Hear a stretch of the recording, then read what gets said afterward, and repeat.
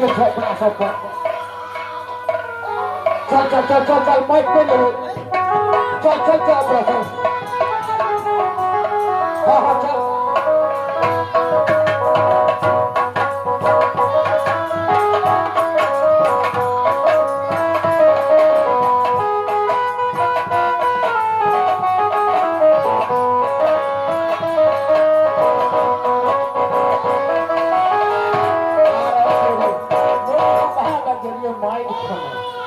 बच्चा भगवान अपने आप कह दे सुंदरपुर आदमी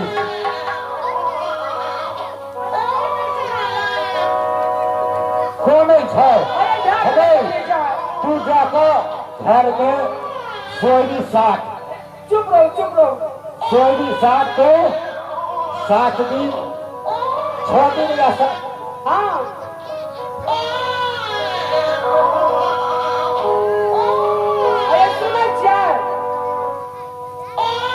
हाँ तू सोयरी साथ हम बच्चे लोखी जब खुदोना कौन लग पड़तो खुदोना चल जाए खुदोने जवाब हाँ ये चीज कड़ुआ तेल और कठिन आदि गुड़ हाँ हाँ कुर्सी दाल जे जहाँ तो सब केवल हम से पूजा का लाइट कर हाँ हाँ जाओ हम चाहिए खुदोना बता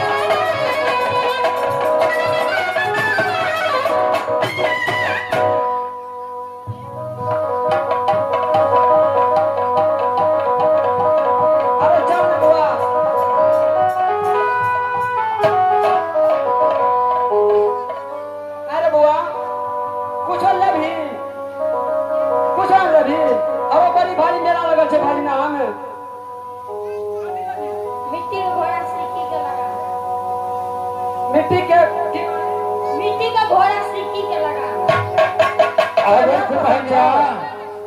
अरे कता रही चा तुरंते बुआ भाग लोते हो खियाला पियाला पर हाँ खियाला पियाला पर और कथी अच्छा बहुत आनंद की बात है ठीक है पियाला तो न मारे है बुआ के नाम की रखो से रख लिए काम रख लिए कथी ना रखबो या पहले तो बैठो विचार नहीं से पहले दोनों आदमी बैठो वो रात को पीछे बैठ अगर कथी ना रखो विचार करही ने हम कैसी आका हम आप जैसे हमरा से हमरे से बुझबे तो कब बुआ के नाम आई दिन से सुंदर कुमार नाम रहते हाँ ये ठीक है कहलिए बड़ी सुंदर नाम रखिए देखी बुआ अगर कोई कुछ तो तोरा जो कतऽ रहे छी कतऽ घर छौ तू कहबे सुंदरपुर रहे छियै दीनदयाल पंडित के हम बेटा छियै हमर नाम सुंदर कुमार छी तू जैसे हम बढ़िया से स्कूल में पढ़ लिख एकरा पढ़ेबे लिखेबे आनंद से आनो, तब न तुम आगे बढ़ोगी। नहीं पढ़ूंगा, नहीं लिखूंगा, मिट्टी का घोड़ा सीटी का लगाम चाहिए। अरे सुन लिया कथी है हमू न सुन लिया बुआ, फिर सब भाई का कथी कहती तू? मिट्टी का घोड़ा सीटी का लगाम चाहिए। हाय बुढ़वा, मिट्टी के घोड़ा सीटी के लगा तो अरे उ लगा तू की करू ही? अखन पढ़े लिखे के थोड़ा समय से तू पढ़ लिख। ठीक है कर दो नहीं पढ़ूंगा, नहीं लिखूंगा, सिर्फ हमरा मिट्टी का घोड़ा सीटी का लगाम चाहिए। अये नहीं मानो अरे ठीक से तो हम जैसी राजकुमार बढ़ी के पास हाँ ओकरा कहवे तुरंत हमरा काट लो मिट्टी के घोड़ा या सीटी के लगा। जम जल्दी सो हो हम जैसी बुआ के लगा कहाँ चलू? ठीक जम आवे छी आ जाओ।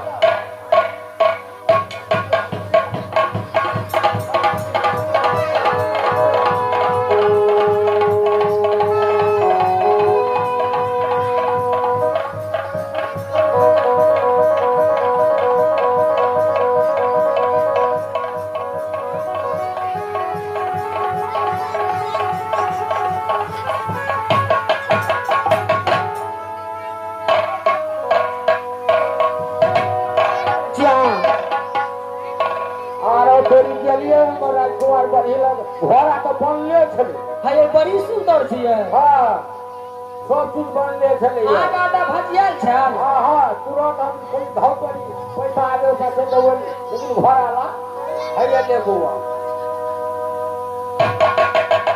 अरे घोड़ों को कहा पढ़ ली कहो काल घोड़ो पर चढ़िए की आ पढ़बो करिए। ओ पारा पाना खुशी हो पारा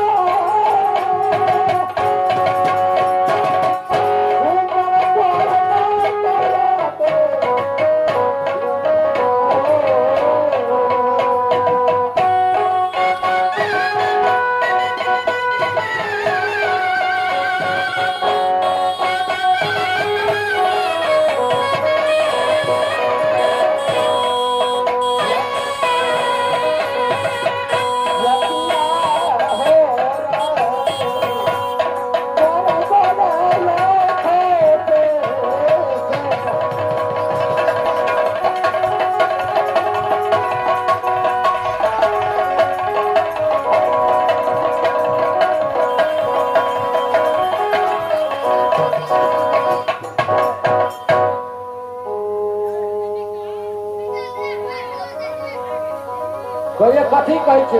कथी कहै ला चाहै छियै? भाग ले चलो ने बुआ का कोनो स्कूल में भर्ती कर देबो। चलो नाम लिखा देबो।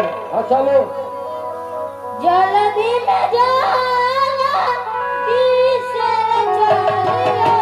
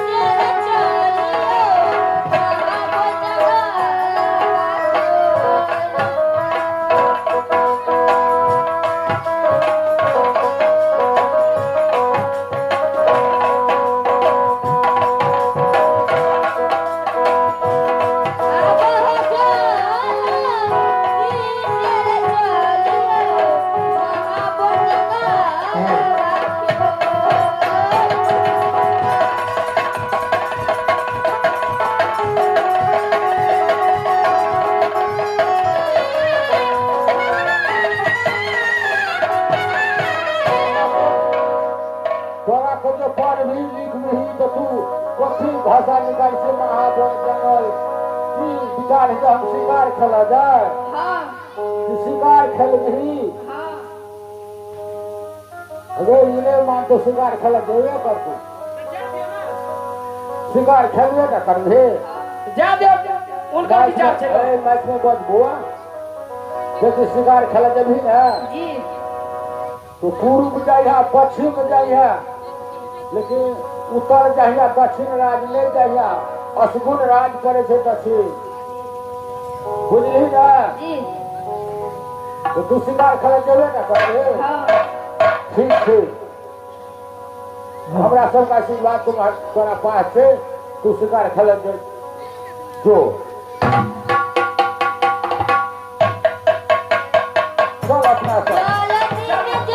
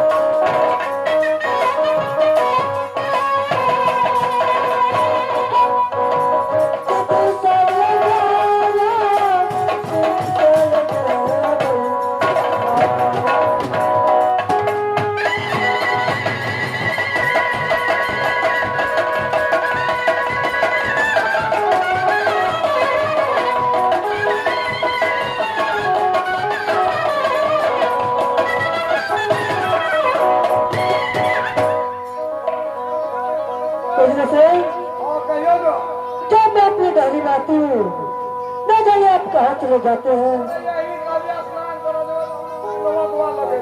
बिजली सिंह मेरी अभिलाषा है कि मैं आज अपने पोखर में नहा करके पहले मुंह धोऊंगी फिर नहाऊंगी फिर कहीं जाऊंगी मैं। ठीक है साड़ी लगे लिए आधा तो के लेते आज जल्दी से लाओगे। ठीक है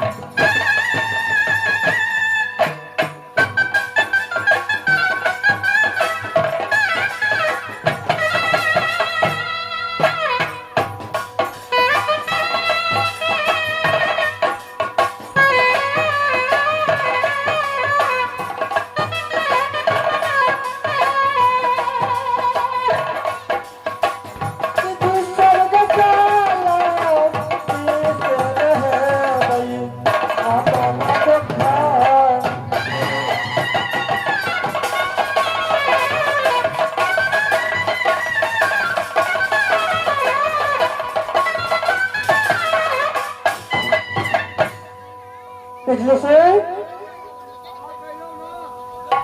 कत चल गया है।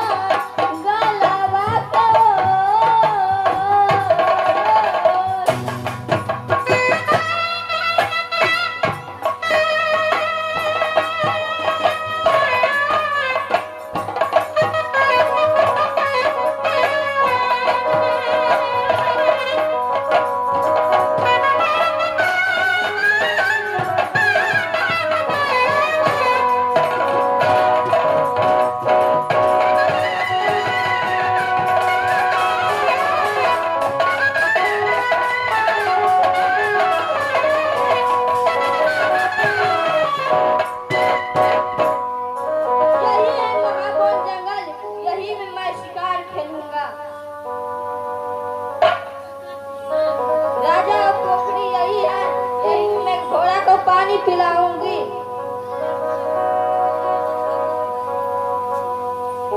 ऐ बालक, मैं स्नान करने आया, तू यहाँ क्या करते आया है यहाँ पे? घोड़ा के पानी पिलाने के लिए आए हैं यहाँ पर। क्या? मिट्टी का घोड़ा सिक्की के लगाम, राजा पोखरिया में पानी पी